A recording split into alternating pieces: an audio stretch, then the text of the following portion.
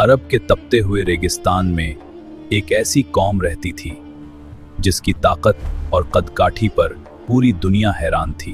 ये थी समूद की कौम, जिनकी ताकत इतनी थी कि वे पहाड़ों को काटकर अपने घर बना लेते थे। उनकी बस्तियां पहाड़ों में बसती थीं और उनकी ताकत का कोई मुकाबला नहीं था।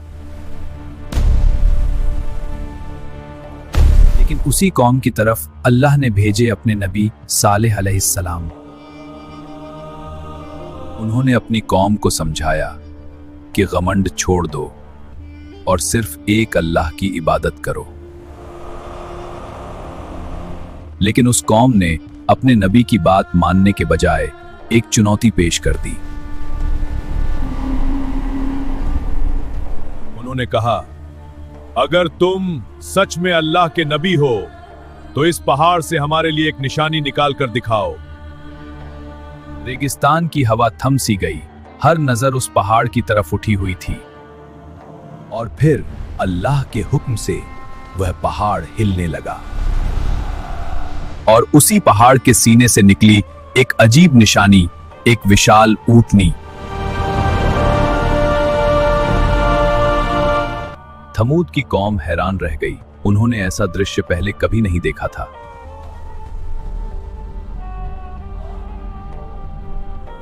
हजरत सालेह ने उनसे कहा, यह ऊंटनी अल्लाह की निशानी है। इस ऊंटनी को कोई नुकसान मत पहुंचाना, वरना अंजाम बहुत भयानक होगा। लेकिन उनकी ताकत ने उनके दिलों में घमंड भर दिया था। कुछ सरदारों ने मिलकर एक खतरनाक साजिश रची और फिर उन्होंने अल्लाह की उस निशानी पर हमला कर दिया। ऊंटनी के मरते ही पूरी घाटी सन्नाटे में डूब गई। तब हजरत सालेह ने कहा, अब तुम्हारे पास सिर्फ 3 दिन हैं, उसके बाद अल्लाह का अजाब आएगा। पूरी बस्ती में डर का माहौल फैलने लगा। लोग बेचैनी से आसमान की तरफ देखने लगे। घमंड में डूबी हुई कौम अब धीरे धीरे डर महसूस करने लगी। हजरत सालेह अपने मानने वालों को लेकर उस बस्ती से दूर चले गए। अब सबको इंतजार था उस दिन का जिसका वादा किया गया था। अचानक आसमान का रंग बदल गया और फिर एक भयानक आवाज पूरी घाटी में गूंज उठी।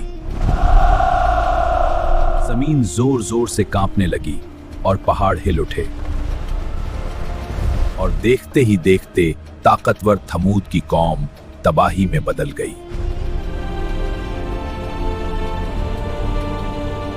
जहां कभी ताकत का घमंड था, अब वहां सिर्फ सन्नाटा था। यह कहानी हमें याद दिलाती है कि घमंड इंसान को तबाही की तरफ ले जाता है।